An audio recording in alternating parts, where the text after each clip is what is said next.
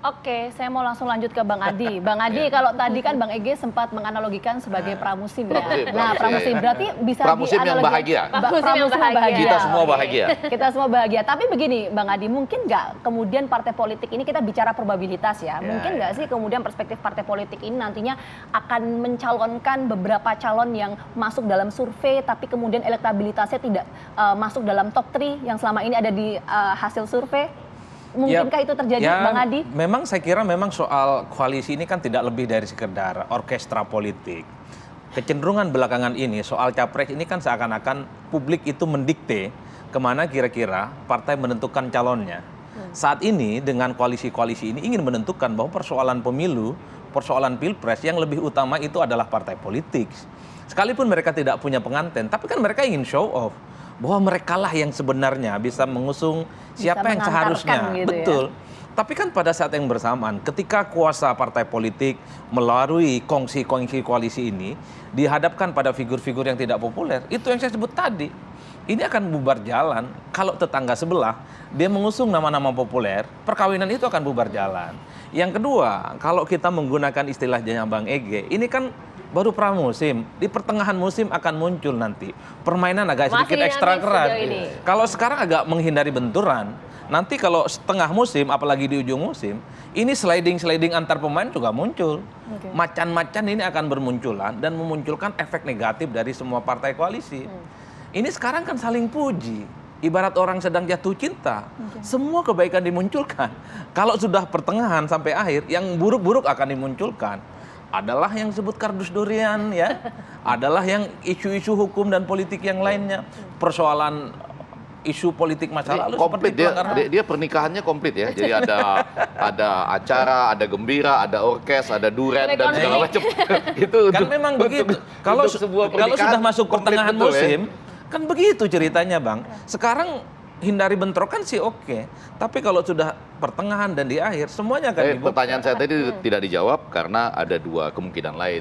Walaupun ini monggo tadi dibuka jalannya. Masih terbuka lebar. Iya terbuka lebar, tapi kan pada ujungnya nanti adalah apakah betul-betul mempertahankan Prabowo Caimin atau tidak? Nah, atau hitung-hitungan.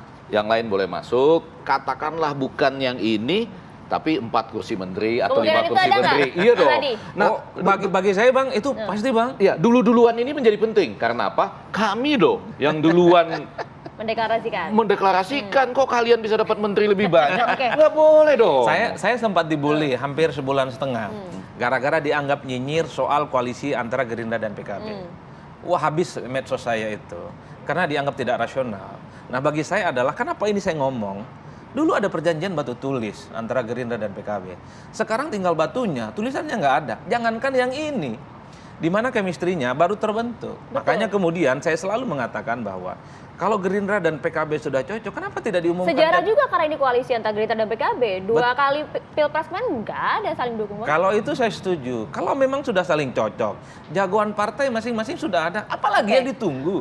Bagi Muhaimin Iskandar, harga mati di 2024. Bagi Gerindra, ketika bergabung dengan PKB, harus menyertakan klausul Muhaimin Iskandar di situ. Problemnya adalah kenapa ini perkawinan nggak diresmikan? Oke, Bang Adi, Bang Ege. Ini menarik gitu tadi ya? pertanyaan. Harga mati loh, ini kata kuncinya dia harga mati. Sebentar Bang Ege. Iya, pertanyaan tadi menarik dari Bang Ege. Tapi kita balik lagi seperti tadi ya, Bang ya, angle yang saya sebutkan di awal. Kalau tadi Bang Adi mengatakan bahwa oke, ini perspektif partai politik nggak mau disetir kok, kan gitu kan, secara nggak langsung. Oke, jadi artinya apakah memungkinkan kemudian nanti partai politik ini akan mengusung calon-calon yang memang elektabilitasnya tidak tinggi berdasarkan hasil survei? Memungkinkan itu terjadi nggak? Nanti pertanyaan sama untuk Bang Ege. Saya ada 2 kemungkinan. Kalau poros politik itu ada 3 ataupun 4, rasa-rasanya semua partai politik yang saat ini sedang berkongsi akan mengusung elit mereka masing-masing. Tapi kalau meskipun elektabilitasnya rendah? Iya, nggak peduli. Karena ada putaran kedua. Nanti yang kalah tidak masuk putaran kedua, mereka cari selamat masing-masing. Nah, tapi kalau kemudian mengerucut pada 2 figur besar ya, 2 faksi besar, saya kira partai-partai ini akan cari selamat. Pastinya akan merapat kepada figur yang kemungkinan akan memenangkan pertarungan. Nah, ini yang sebenarnya ingin didesain oleh partai-partai yang saat ini sedang bertanding. Kenapa ada KIB? Kenapa ada Gerindra dan PKB? Ini ada harapan partai-partai ini mengusung jagoan masing-masing sehingga poros politiknya tidak ada dua. Pertama, minimal partai ini menyelamatkan kotel efek. Oke, untuk partai politiknya ya. Betul, Berikut ya. DPR-nya naik lah karena mereka punya jagoan yang bisa diusung. Oke, jadi memungkinkan dong kalau gitu misalnya kita sebut sekarang calon ada Anies Baswedan, Ganjar Pranowo, memungkinkan untuk tidak diusung partai politik, memungkinkan nggak itu? Itu masih mungkin, Oke. karena ini masih mungkin dalam arti, dalam konfigurasi banyak calon, 3 atau 4 calon. Anggaplah nanti yang masuk putaran kedua adalah nama-nama besar itu. Partai-partai yang nggak lolos ini akan menyelamatkan kepada figur-figur yang kedua itu. Jadi partai ini berpikir bukan hanya menang pilpres, tapi bagaimana suara DPR-nya bertambah secara signifikan. Semua sekarang target 100 suara. Ya enggak, misalnya PKB ingin 100 suara, Gerindra ingin lebih dari 100. Semua lebih dari 100, Bang. Nah, tapi- Sementara kursi DPR nggak banyak-banyak amat. Tapi ya, Menarik Bang, apakah top 3 yang berdasarkan hasil survei itu akan masuk juga nggak ke koalisi? balik lagi saya ingin mengatakan konstelasi akan berubah menjadi baru dengan adanya misalnya konstelasi yang kita anggap sekarang Prabowo Caimin. Akan lebih enak menggembirakan bagi orang lain merencanakan misalnya Anies Mungkin dengan atau siapa? tidak, mungkin atau Iya tidak. dong, terbuka sekarang justru. Karena kan hitung-hitungan kekuatannya sudah ada di atas meja. Jadi Puan dengan Erick Thohir, Puan dengan siapapun, Anies, atau sebaliknya Ganjar dengan Anies, Ganjar dengan Erick Thohir, siapapun sekarang terbuka. Karena salah satu yang sudah dibayangkan adalah Prabowo Dan Caimin. Nah itu Oh, tadi, oke. semua bergembira nih kan? Menarik, ini masih pramusim yang bergembira, kita nantikan nanti bagaimana ke Maria, musim-musim ini ke depan ya bagi Mas saya Adi ini ya. kan simulasi. Kalau Oke. simulasi misalnya Gerindra dan PKB mengumumkan Prabowo Muhaimin Iskandar, saya kira oke. KIB misalnya segera mengumumkan antara Airlangga Hartarto dan Zulhas atau Airlangga Betul. Hartarto dengan Soeharto. Kemudian PDIP mengumumkan Puan dan Ganjar Pranowo.